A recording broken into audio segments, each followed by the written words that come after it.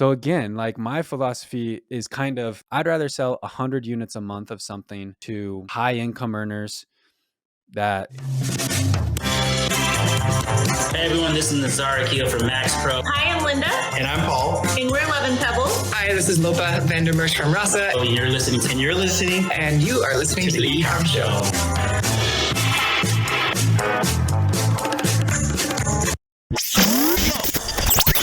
Welcome to the Ecom Show, presented by BlueTuskr, the #1 place to hear the inside scoop from other e-commerce experts, where they share their secrets on how they scaled their business and are now living the dream. Now, here is your host, Andrew Math. Hello, everyone, and welcome to another episode of the Ecom Show. I'm your host, Andrew Math, and today I'm here with Andy Isom. Andy, how you doing? I'm doing great. Thanks for having me. Super excited to have you on the show. You are obviously you're the owner of AMZ with Andy Isom. You also have your own podcast. I would love to pretend that no one knows who you are, because I also know you have a good sized following on a bunch of different social channels, and we're just going to play dumb for a little while. So why don't you kind of tell everyone a little bit about yourself, your background? We'll start from there. Yeah. I'm Andy Isom. I've been really interested in entrepreneurship for a long time now. I'm one of those guys who's pretty much tried every online business that you could. I was a big Gary Vee fan early on in college, and then after I graduated from college and was in the corporate world. So I was all about, hustling online and trying different businesses and things, and tried a whole bunch of different businesses, learned a bunch of stuff, and eventually it kind of guided me down this road of business consulting, but also e-commerce. We launched our own e-commerce brand in 2019 with our good friends and neighbors, and have been growing that ever since. And it's funny, as we started to grow and gain momentum with that brand, some of my followers who were following me for business content, tutorial content, all sorts of other things, blogging, affiliate marketing, drop shipping, they all kept asking me more and more about Amazon. Like, hey, tell us more about Amazon. We want to know how to do Amazon. So I'm like, okay. So about 2 years ago, I really just kind of tried to focus in all of my content. In fact, I used to have a podcast specifically just about business, but I shut that down and started a new podcast about Amazon. And yeah, shut down a bunch of other businesses I was running to really focus on helping people with Amazon. So that's kind of what I'm up to now. Nice. What so when you first started dipping your toe into Amazon and stuff, what were you selling? We started a private label brand. It's called Remy and Rue. We sell dog products, and we've been doing that since we technically, I guess, started in 2018, but we launched in 2019, and we've just been building that brand ever since. Since that time, I've helped other people, kind of partnered in some other brands as well, but that's definitely our main brand and our main focus. Nice. So say you started 2019, we're obviously in 2022. I know you've already, far surpassed 7 figures with that brand. What do you feel was some of like the main points that kind of helped you get from, zero up over that $1 million mark? Yeah, that's a great question. Something that I preach to people who are just getting started with Amazon private label specifically, but I think it does apply to any Amazon business model, whether you're considering arbitrage or wholesale. The two big keys in my mind that took us from, a couple $1,000s a month in sales to $150,000, $200,000 a month in sales is more marketing and more SKUs.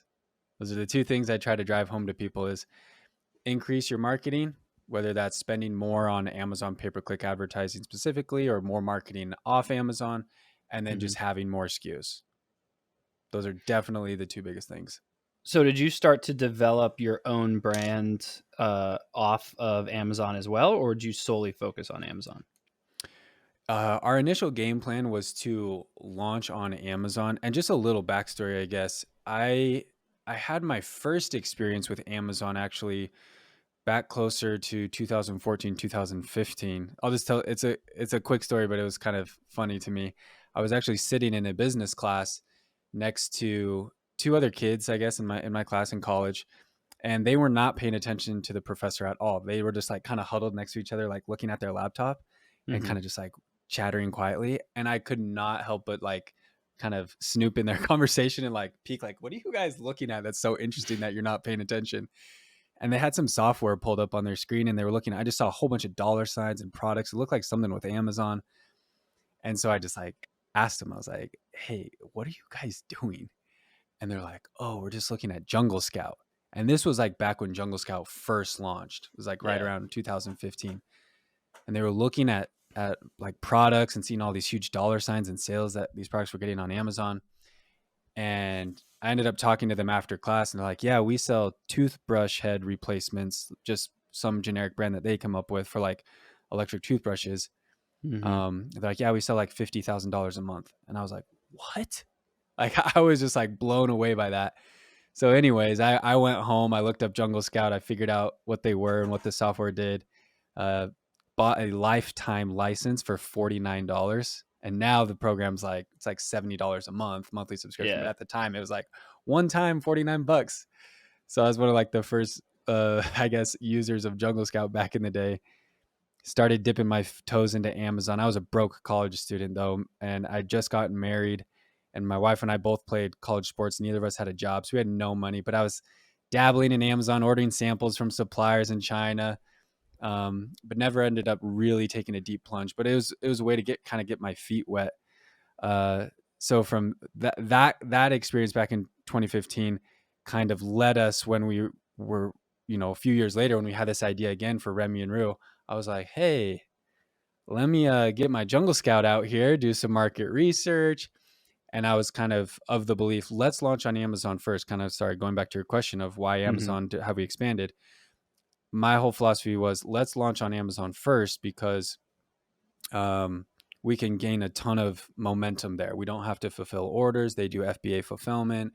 It's, really hands off from the customer order fulfillment process side of things. And obviously the big customer base. So we wouldn't have to stress too much about how we're going to get people to our website. My business partner actually had a good friend who was kind of, I guess, mentoring us as well, who was very successful on Amazon. So we were all in on the Amazon first approach, focus there, build a brand there, gain momentum there. And once we had some good cash flow, then we would expand to our own website, potentially get into, retail. So that's kind of what we did. We launched on Amazon, sold on there for about a year and a half, then launched our own website just through a Shopify store, just to diversify, try to reach a new audience with different forms of online marketing. And then, next plan will be to see what we can do to try to get into some retail. Just the philosophy of trying to grow our brand, expand, diversify, and add more value to it. At what point did you start diversifying off of Amazon, start to kind of develop the brand off of Amazon? Because that tends to be like the big jump everyone gets always a little worried about, especially if they're being really successful on Amazon. They're like, I don't know if I want to go that route or not. Like, where'd you decide to do that? Yeah, that's a great question. We knew that marketing would be a huge challenge. Trying to sell, stuff on your own website through a Shopify store, you're really, unless you're doing some sort of paid advertising, like how are you going to get traffic, right? That's the big question. How are you going to get traffic to your website? You're not going to get a lot of Google organic search early on. If you don't have a good social media following, you're not going to get good organic social traffic. So you're going to have to rely on paid advertising via Facebook, Instagram, TikTok, Google, all the different advertising strategies.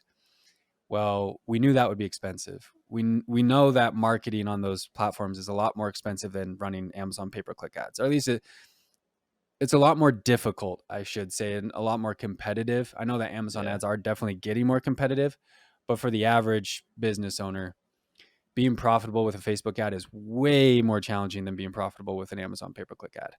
Yeah. So we knew we needed cash flow. That was the big thing, is we need serious cash flow so we can pump a ton of money into Facebook, Instagram, TikTok type of ads to build momentum on our own website until we could build an email list, do some email remarketing, and kind of get that ball rolling. So it wasn't until we had about, I would say we were sitting right around $100,000 a month in sales on Amazon. We had probably at the time 30 SKUs or so. And that's when we were making good monthly profit, good cash flow, to where we said, okay, we can throw some serious money at Facebook and Instagram ads to give our Shopify store a real chance. Yeah. And so did you immediately create a website and just start driving traffic to the site, or did you test driving traffic to Amazon from off Amazon, whether to the product listing specifically or like the storefront or something like that? That's a good question. So we started building an Instagram account from day one. Mm-hmm. We just really felt like for our product, our niche, our brand, our customers were hanging out on Instagram. I mean, we sell to pretty much middle-aged women who love dressing up their dogs. And people love looking at, cute dogs on Instagram. So that was definitely the platform for us. So from day one, That's a good we point. were posting on Instagram, building our audience there. And before we ever had a Shopify store, we're just, driving traffic to our Amazon, just, with our link in our bio and in stories and telling people, go to Amazon, find us on Amazon, find us on Amazon. Back then, Amazon didn't really have good attribution for social media. Since that point, they've kind of rolled this out where they have better social media attribution, even to where, they're giving you a little bit of credit on your referral fees. If you send traffic from an Instagram ad, for example, they're trying to dip into that. So, but I should say, but we never actually ran paid Instagram ads straight to Amazon for that reason, because at the time attribution wasn't really good. So it'd be really hard to know and optimize an Instagram ad for an Amazon listing. It was just straight organic social media. But when we launched our Shopify store, that's when we started running paid Instagram ads, paid Facebook ads, Google ads, other types of paid ads. But kind of the strategy that we roll with is Amazon is Amazon. So we run Amazon pay-per-click advertising, obviously organic Amazon search, but that just stays our Amazon marketing. And then our Shopify store, all of our Instagram content, all of those ads I was mentioning, Facebook, Instagram, TikTok, YouTube, whatever, all those go directly to Shopify. So we kind of separate, I guess, those different marketing channels. Have you explored kind of the omni-channel approach, whether that means driving traffic from those paid advertising channels to Amazon directly or somehow linking your site between the two? Have you thought about doing anything in that direction? Yeah, I mean, we've looked into it, and Amazon is pushing really hard to kind of, I don't know how to say this other than trying to sneakily take over Shopify in a way, like with the buy with Prime button, with multi-channel fulfillment, like they're and with the attribution, like I said, with giving credit if you drive Instagram, Facebook traffic to an Amazon listing, they'll give you a discount on your referral fees. They're doing everything they can sneakily to kind of take over that Shopify market, right? And get those sellers who are selling maybe on Amazon and Shopify just be like, forget it. Like, let's just sell on Amazon. Or just say, keep your Shopify website, but we're going to fulfill every order through Amazon. We're going to take payment through Amazon. Yeah. There's a lot. And there's even new stuff they just announced at Amazon Accelerate this year that they're doing to, again, try to reinforce that strategy of kind of the Shopify takeover. So, I mean, we've considered it and thought about some of those different things. But we just really like the idea of diversification.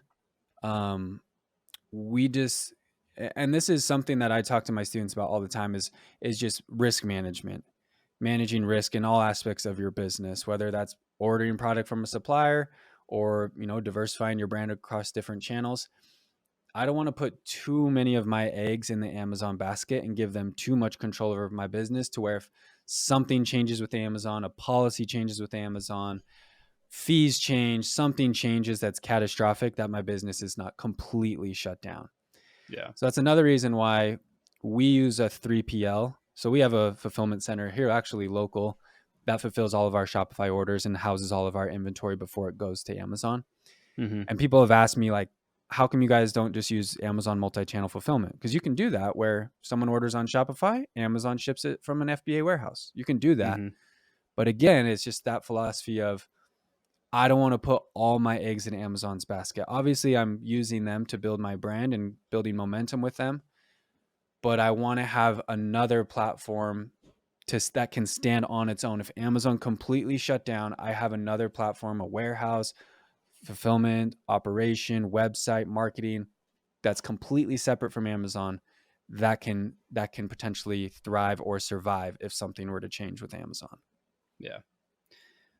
Back to the building a brand aspect. Building, in my opinion, building a brand, especially from scratch by starting on Amazon, obviously private label, is incredibly difficult, because really what you got to do in the beginning, really the only options you have are fighting for those keywords and, spending in advertising and stuff. What do you think was kind of the thing that helped you break through that initial starting of, kind of getting momentum and actually developing a brand on Amazon without leveraging a lot of the existing marketing strategies that are typical for brand building, like social media and stuff? A huge key that I try to talk to my students about and teach them about is making sure that you have healthy profit margin. I think a tactic that worked well 5, 6, 7 years ago was focusing on a low price product, like being a low price competitor. And Amazon still kind of pushes that. They still, like, if you look at Amazon's commercials on TV and their billboards, it's all about low prices, fast shipping. Like, they're still really pushing that to their customers. However, from a seller perspective, with much more competition than there was in 2015, more and more people are selling on Amazon every single day. You simply can't afford to launch a low price product with low margins. That's the big issue. Is people are getting so scared about price, like, my competition is selling for $15, I got to sell for 14, and they crush their profit margins to where they're running at 20-15% profit margins. You have no money for ads. You can't afford to run ads. And so then people run ads. They're obviously not making money. They're just burning money on ads. They do that for 5-6 months and then realize this sucks. Like, I'm just paying Amazon I'm paying Amazon fees, paying them with ads, and losing money from my account. And then they shut down and give up. Yeah. The way that you really have to thrive and survive today on Amazon is by creating a premium brand. Like, you have to create a premium quality product. So we try to help our students build products, build brands that are premium quality, that have a better profit margin than the competition. Because if you have a 40, let's call it a 40% profit margin, and your competition is running at a 10-15% profit margin because they have a much lower price product, you can afford to advertise a lot more than they can. Yeah. I can't remember the marketer. You might remember the name, but there's like the quote out there that's like, the business that can afford to pay the most for a customer is the business that wins. Mm-hmm. It's true in e-commerce as well. Whoever can afford to pay the most to acquire a customer is the business that's going to win in the long run. Yeah. And that starts with having a healthy profit margin. I swear I can't remember if it's like Zig too. It might be like a Zig Ziglar. I can't remember exactly, but I don't think it's not Seth that Godin. Yeah, I'm not sure. Doesn't sound like something he would say. Yeah, whatever. Yes, I definitely makes it. So I'm imagining, especially with like the students and stuff you work with, you probably take a very strong approach to strong listing optimization, strong like imagery, content creative being shown, like, because that's really the only thing outside of like a storefront and all that. That's really the only thing you can do to kind of show an elevated brand on Amazon, right? Absolutely. Yeah, that's the really tough thing about Amazon, right? Is you're at the mercy of their listing. Like, you only get to put I mean, it's not your own website. You can't make it as pretty and fancy as you want. It's just like, here's your Amazon listing. And really, the only way you really can show the value, like show, hey, this is premium, you should pay more for my product than the competition, is with your imagery, really. Like, you can write words all day on your listing, but people trust their eyes more than they're going to trust your words. So if you have very high quality images, video, A+ content, that kind of stuff, that really helps kind of get the ball rolling. And then obviously after that, it comes down to reviews. You got to have 5-star reviews, which comes down to making a great product. So that's the other thing, right? Is like, have a great listing, you know, invest in high quality photos, video, that kind of stuff. But you have to develop a great product. You can't just get away with some cheap product. You got to differentiate. You got to focus on quality. You really got to have a premium offering that's going to get you those 5-star reviews. Yeah. And if you can kind of get all those pieces working together, great listing, great quality product, you got the profit margin, the reviews are great, then you're in business. You can really pour some gas on your pay-per-click advertising and really scale up. Yeah. And that's the benefit completely of selling on Amazon, right? Is like as you start to get those reviews in, it starts that snowball effect because your organic ranking goes up, et cetera. But if you are focused off Amazon, while there's a strong argument for you have a higher exit, you build a community, and you kind of get a snowball effect from that. Outside of that, you have like your Google ads, your SEO and stuff, and Google doesn't care if your product's good or not. They're just going to rank you based on the words you're using and in some cases how much you're paying. So it's definitely very interesting, the kind of what Amazon has built out here. What's your theory on how Q4 is going to look, especially now that there's obviously some volatility in the market? Everyone seems to be slowing down on purchasing. At least that's the current argument. We've seen a lot of people saying they had a really rough September. What's your thoughts on how you think this is going to go, and then how to actually combat that going into this season? Yeah, that's actually a great question. In fact, I do a weekly live Zoom call with my coaching students, and this topic came up about 2 or 3 weeks ago, and I shared some of my thoughts and opinions on it. Jungle Scout actually does consumer reports every quarter. So every quarter they survey thousands of people, I don't know how many, a few thousand people, and ask them these questions. They ask them about, are you worried about the current state of the economy? Are you spending less? Are you spending more on Amazon? And a lot of data that they gathered in their report did suggest that people were spending less or planned on spending less, given the current state of the economy and the uncertainty. However, what was interesting from the report and the findings was there's different income brackets, right, of people shopping on Amazon. In fact, if you sell on Amazon, you go on your analytics and your demographics, you can see the income bracket of your customer. You can see like how many of my customers are in the $50,000 or less income. And don't ask me how Amazon gets this data, but they're making some sort of calculation somehow and bracketing your customers on what demographic. They even have on there, like you can see like their college level and that kind of stuff. Anyways, the results of the findings from Jungle Scout were that lower income people are far more likely to say, I'm going to spend less this fourth quarter, or I'm shopping less. I'm buying cheaper brands. I'm not buying the big name brands. So that was something that was really interesting to me. And also kind of talking to some other people, I'm on social media, I get DMs all the time from people. What I'm seeing is the people, the sellers that are suffering the most, seeing sales maybe decline and like you mentioned, bad Septembers.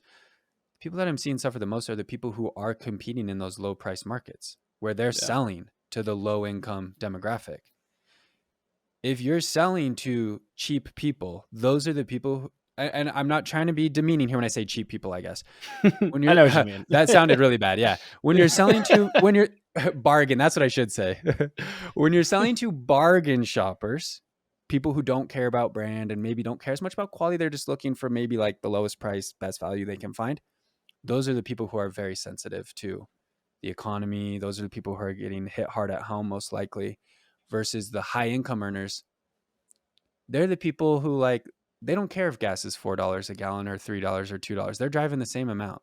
They're filling up their Mercedes and they're going about their day. They don't really care. Yeah, they're annoyed, but like these high income earners, they don't really care. It doesn't affect them as much. So if you're selling, again, like what we're seeing is if you're selling to the premium market on Amazon, those Prime members who buy the fancy stuff and the nice things, they're still spending their money. So again, like my philosophy is kind of, I would rather sell, I'm just making up fake math here. I'm not good at math in my head, but like I'd rather sell 100 units a month of something to high income earners that, it's a higher price product that earns me. Let's say I sell 100 units and I make $5,000 a month, but it's a high price, high profit. I'm selling to high income people. Or I could sell 10,000 units a month, barely scrape by with a small profit margin. And at the end of the day, and I'm selling to low income people because it's a low price product, and I make $5,000. I would much rather sell 100 units and make $5,000 than 1,000 units or 10,000 units and make $5,000.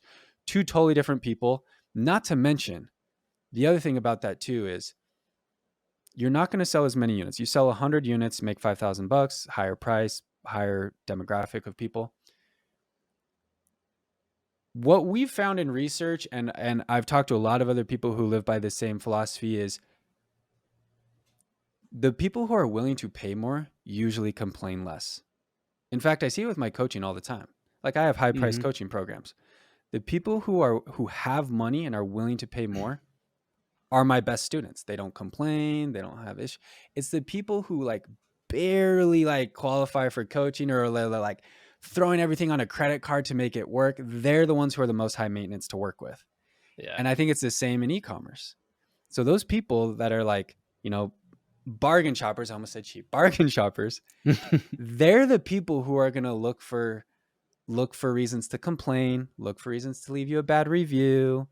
And again, once the economy takes a turn, you're going to see that big dip because you're selling to a bunch of bargain shoppers. So again, that's kind of my philosophy with that as well, is at the end of the day, it's about the money you make. I don't care if I sell 10,000 units or 100.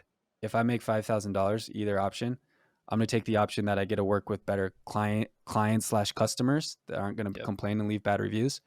And it's also easier to manage. I only got to manage 100 units. I don't got to manage 10,000 units. Yeah. Trust me, from the agency world, it's the exact same thing. But Andy, super appreciative for having you on the show. Love it. Obviously, would love to give you an opportunity here to let everyone know where they can find out a little bit more about you. Thank you. I appreciate that. I'll just throw out, if you want to learn more about me, you can just go to my website. It's just www.andyisom.com. Easy enough. Appreciate it. Thank you so much for being on the show. Obviously, everyone that tuned in, thank you as well. Please make sure you do the whole usual rate, review, subscribe, all that fun stuff on whichever platform you want, or just head over to ecommshow.com and you can check us out there. But if not, either way, we will see you all next time. Thanks for joining. Have a good one. Thank you for tuning in to the Ecomm Show.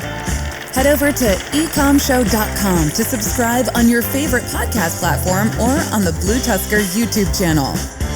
The Ecomm Show is brought to you by BlueTuskr, a full-service digital marketing company specifically for e-commerce sellers looking to accelerate their growth.